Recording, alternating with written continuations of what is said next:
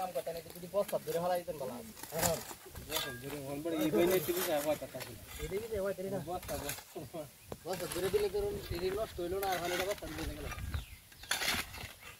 বলি ভালো এটা যে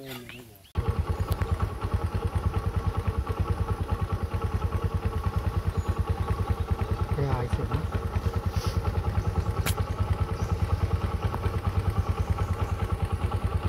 वो देखो लो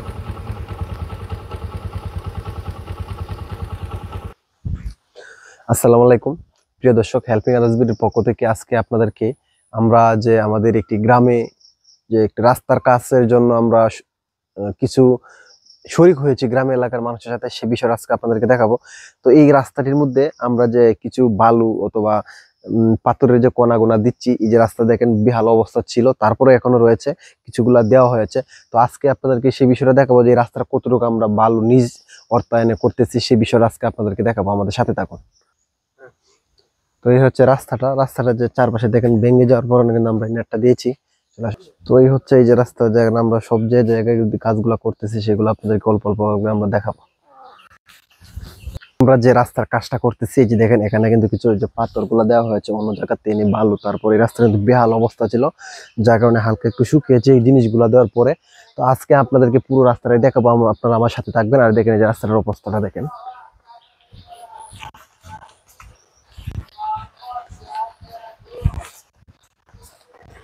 মানুষের চলাচল খুবই রিস্কি হয়ে যায়, যার কারণে পাশে একটা নদী রয়েছে।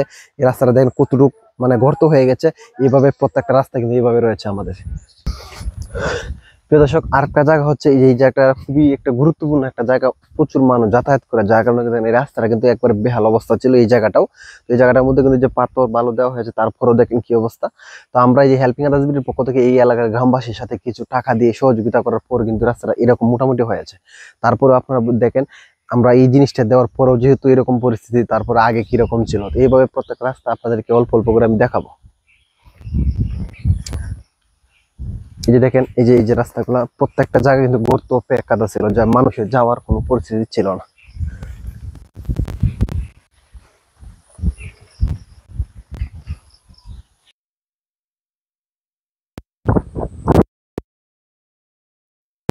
এর মধ্যে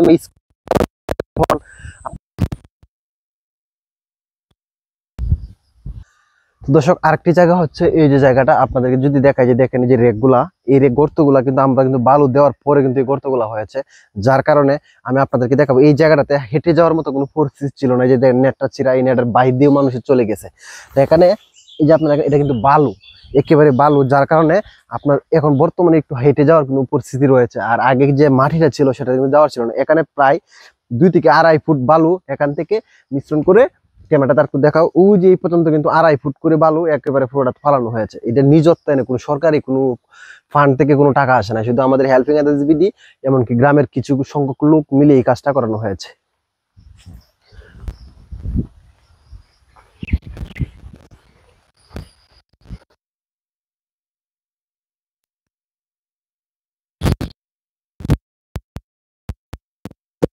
রাস্তাটা যে পরিবেশটা আমরা যতটুকু সম্ভব হয় ততটুকু করতে, সরকারি কর্মকর্তা উদ্যোক্ত কর্মকর্তার কাছে চলে যায়, তাহলে এই গর্তগুলার মধ্যে যে আমরা যে বালুটা দিয়েছিলাম সেটা কিন্তু উঠে গিয়েছে, কারণ পর্যাপ্ত পরিমাণে এখানে গাড়ি অথবা মানুষের যাতায়াত, যার কারণে এখানে বালুটা থাকে নাই। আর যে এখানে একটা বিশেষ করে যে গর্তটা হয়েছে, এই দিক দিয়ে একটা প্রাইমারি স্কুল রয়েছে অথবা হাই স্কুল রয়েছে, এদিকে প্রতিদিন দৈনিক কিন্তু প্রায় 20 থেকে 50টা ছাত্র স্টুডেন্ট এই দিক দিয়ে যায়, অন্য গ্রামের অন্য ইউনিয়নের মানুষ কিন্তু এই দিক দিয়ে যাতায়াত করে। আজকে একটি বাজারের দিন, যার কারণে এই দিক দিয়ে মানুষ কিন্তু খুবই রিক্সি নিয়ে হাঁটাহাঁটি করে।